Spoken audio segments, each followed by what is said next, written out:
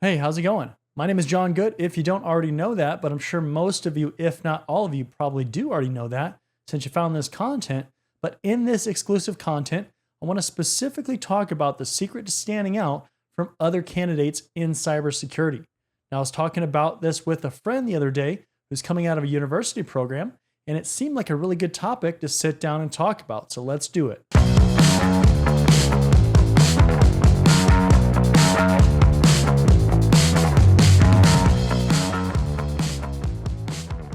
Let's take a minute to talk about today's video sponsor. Whether you're a startup founder navigating your first audit or a seasoned security professional scaling your GRC program, showing your commitment to security and building trust has never been more critical or more complex. That's where Vanta can help you out.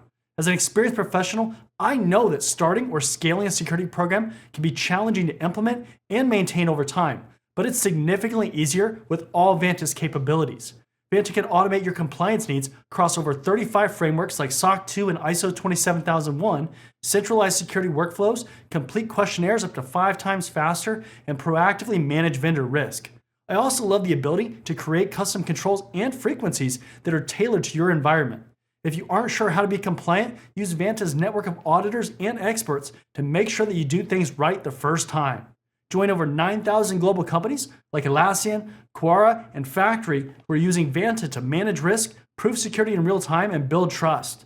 For being a part of my audience, Vanta is going to give you $1,000 off by going to vanta.com/John. Again, that's vanta.com/John for $1,000 off. Thanks to Vanta for sponsoring this video. All right, let's get back to the content. So there's no question that cybersecurity is a hot job market right now, right? Everybody is trying to get into cybersecurity, where there's a lot of interest in people that are trying to get into cybersecurity. Either they're switching from another career field or they're just starting out their career in general and it's their first career. But they want to know, how do I stand out? And so that's what this video content is going to be about. So let's talk about it. So first of all, why does standing out matter in cybersecurity? When we talk about whenever you're going to apply to a job, there could be as many as 100 or 1,000 other applicants that are applying to that same job as you. So keep that in mind. Now, the candidate that stands out in that pool of candidates, that's going to be the one that gets the interviews. So if you can't even stand out from the pool of the 100 or 1,000 other applicants, you're not going to get an interview. The interviewees that then stand out are ultimately the ones that get the job. So there's kind of a few different layers as far as how you have to stand out and where you have to stand out. Now, when you start your career out, so you're early on in that career, either at the beginning or maybe a year or very early on in that process, it's actually fairly difficult to stand out because you either have limited to no experience or knowledge. So it's hard to stand out from other people that are in that same situation. There's not a lot of differentiators that exist. But when we think about that, we start thinking about over your career and you start to gain experience, that actually makes it slightly easier to stand out. But then you start to look at the number of jobs that are out there for those higher level positions, and that number starts to decrease.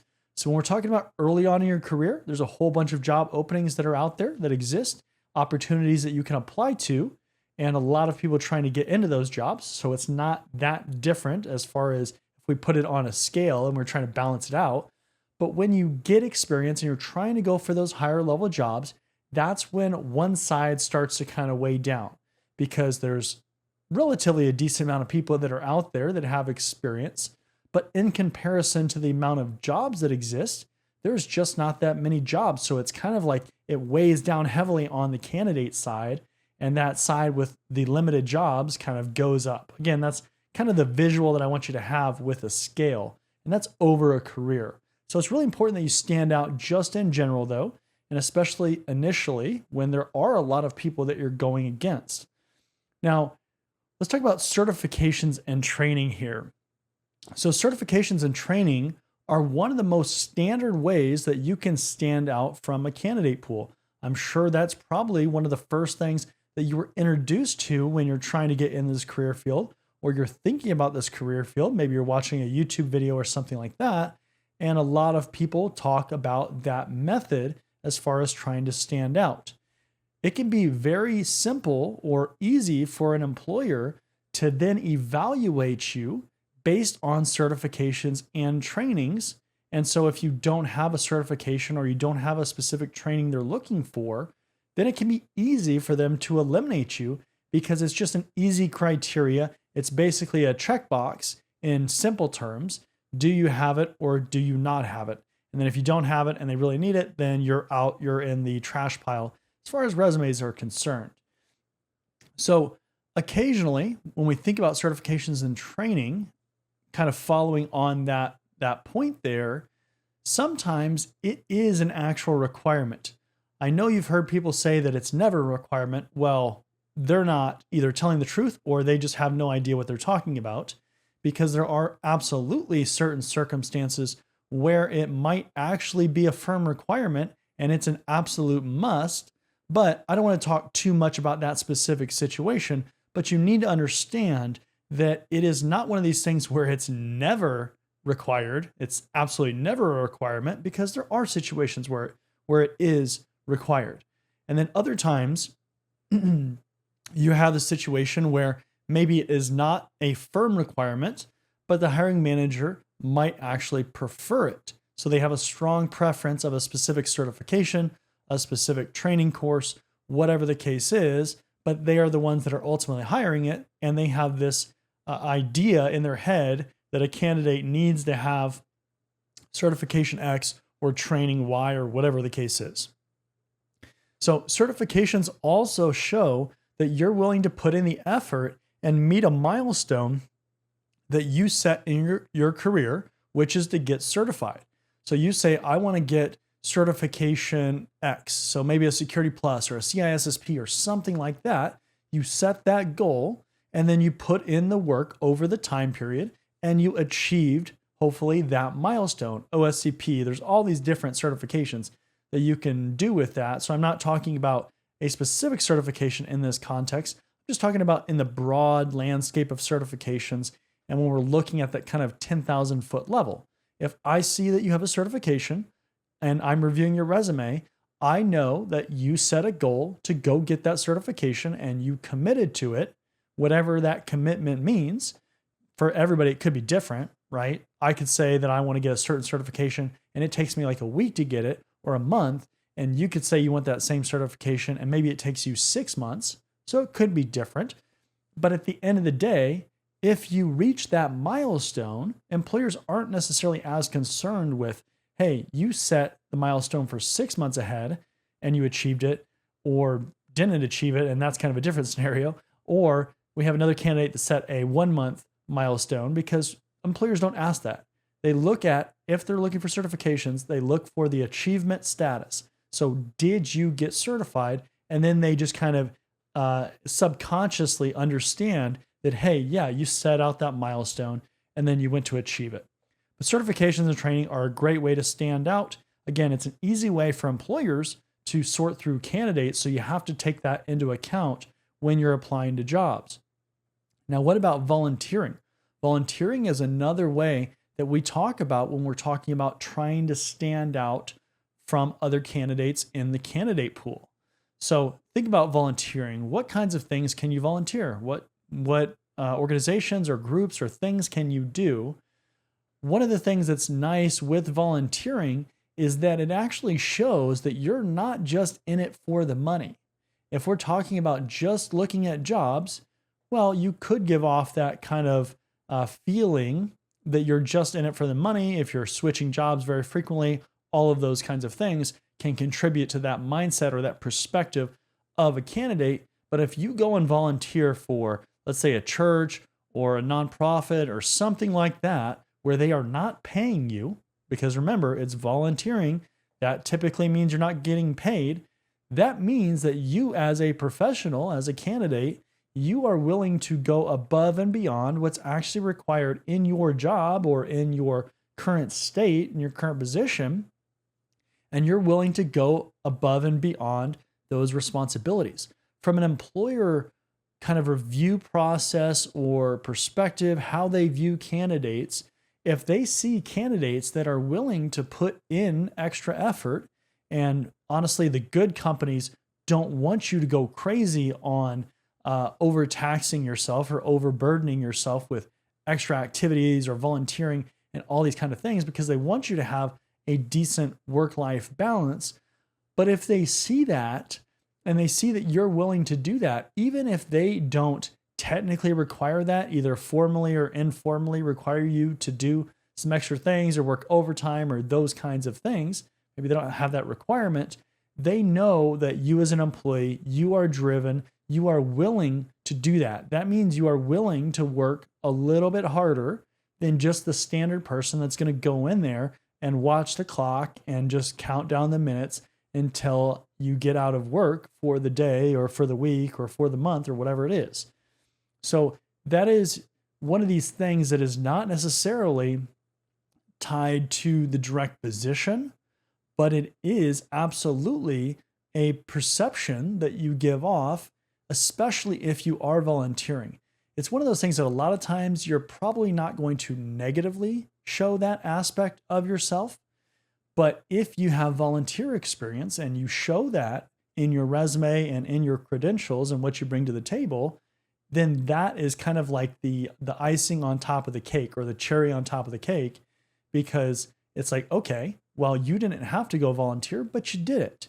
And we appreciate that. We like people that are going to put in the extra effort or that are committed, that are driven, that are really interested in this career field, especially if you're early on in your career. Ways to stand out, things like volunteering, put you in such good position for jobs, and they put you so far ahead of a lot of people that aren't willing to do the same thing just because you show that you're a hard worker and that you are interested in the career field and you're willing to do essentially whatever it takes. I cannot stress that enough. That is such a strong quality to show off for employers that they're going to love.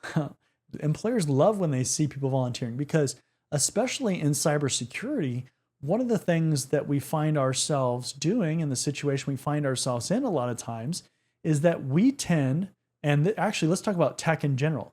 Tech in general tends to run lean as far as the staff members that are available. So if we can hire, let's say, a team of 10, we have the budget for a team of 10, we might not hire 10 people.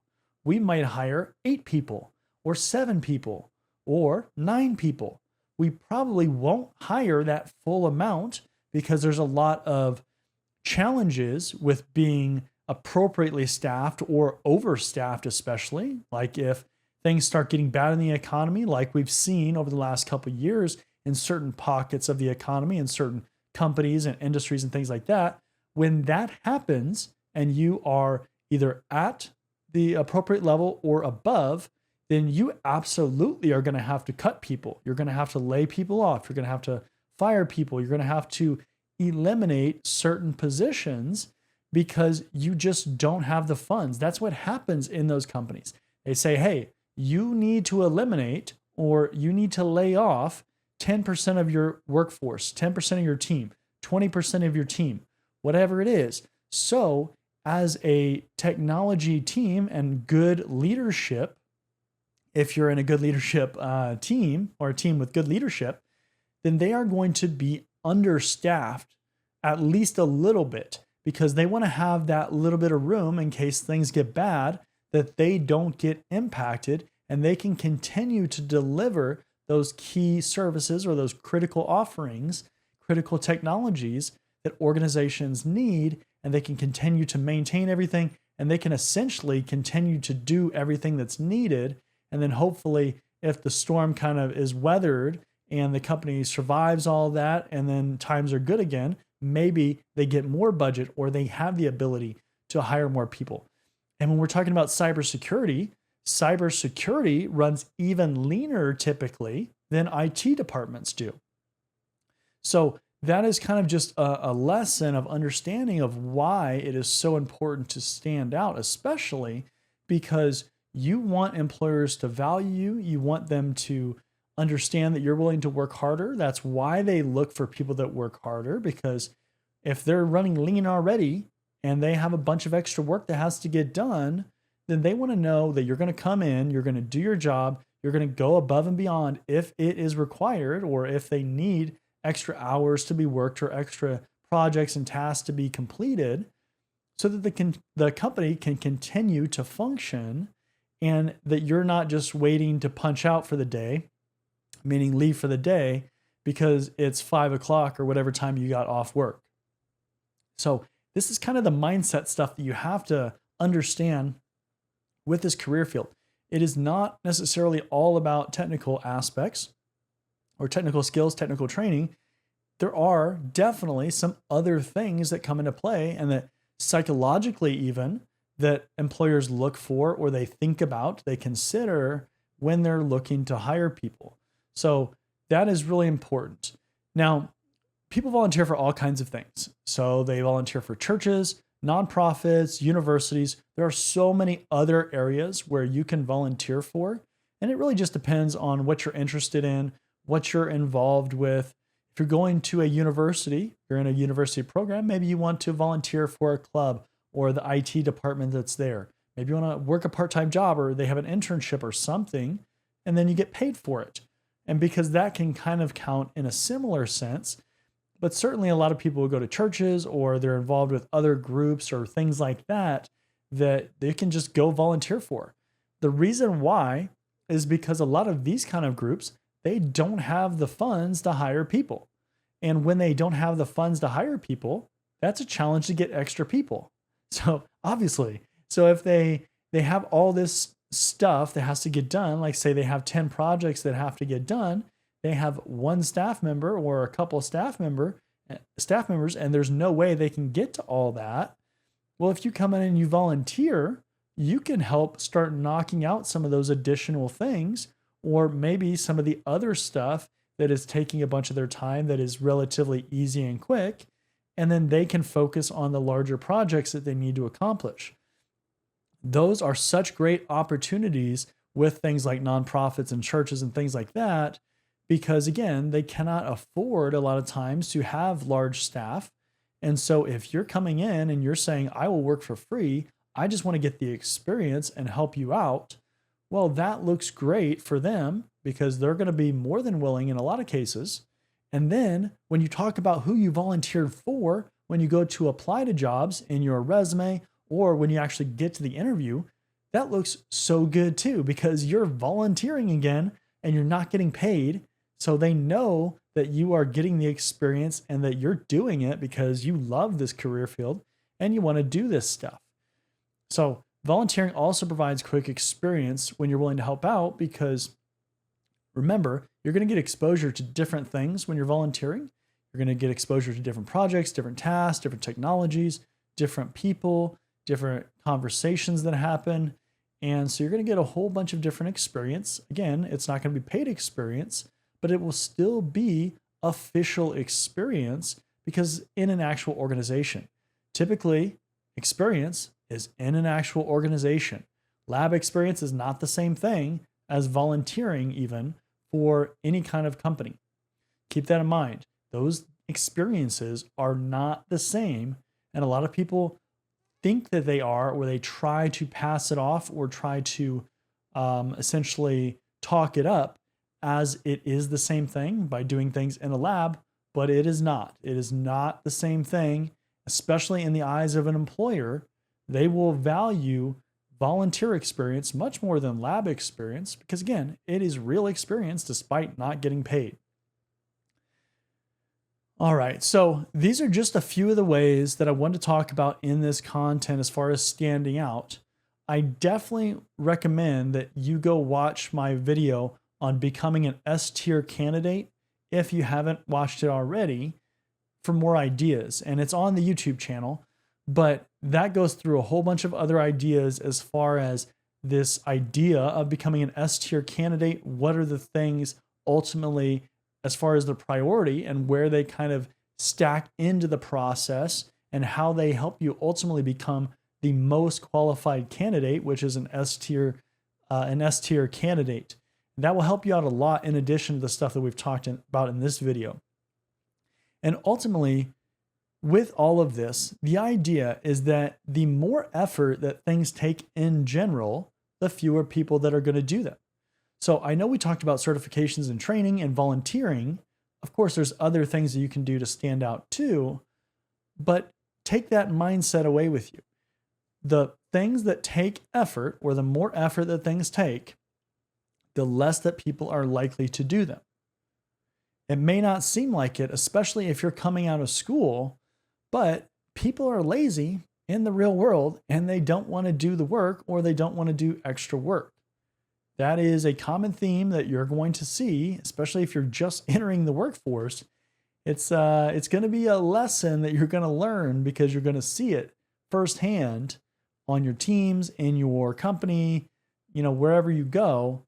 But you're going to see that. And it doesn't seem like that sometimes in school, because you see people that are they're stressing out, they're doing all the projects and everything like that, all the homework consistently and all of those things.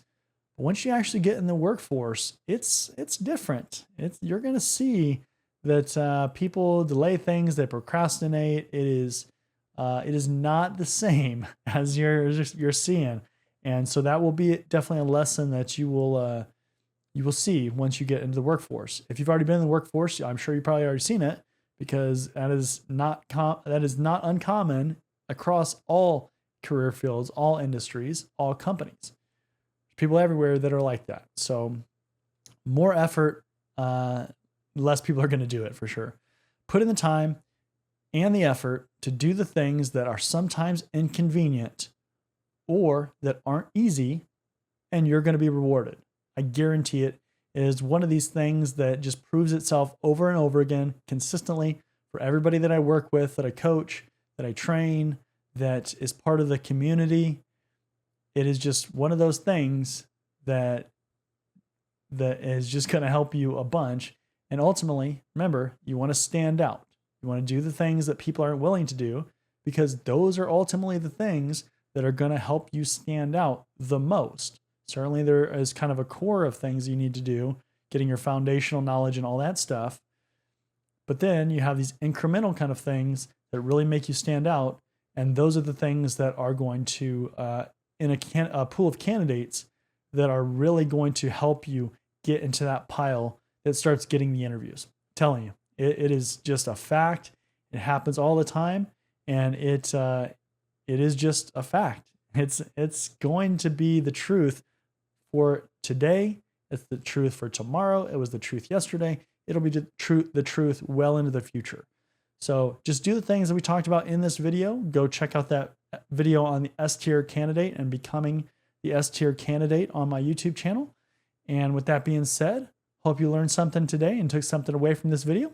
And I'll see you in the next one. See you later.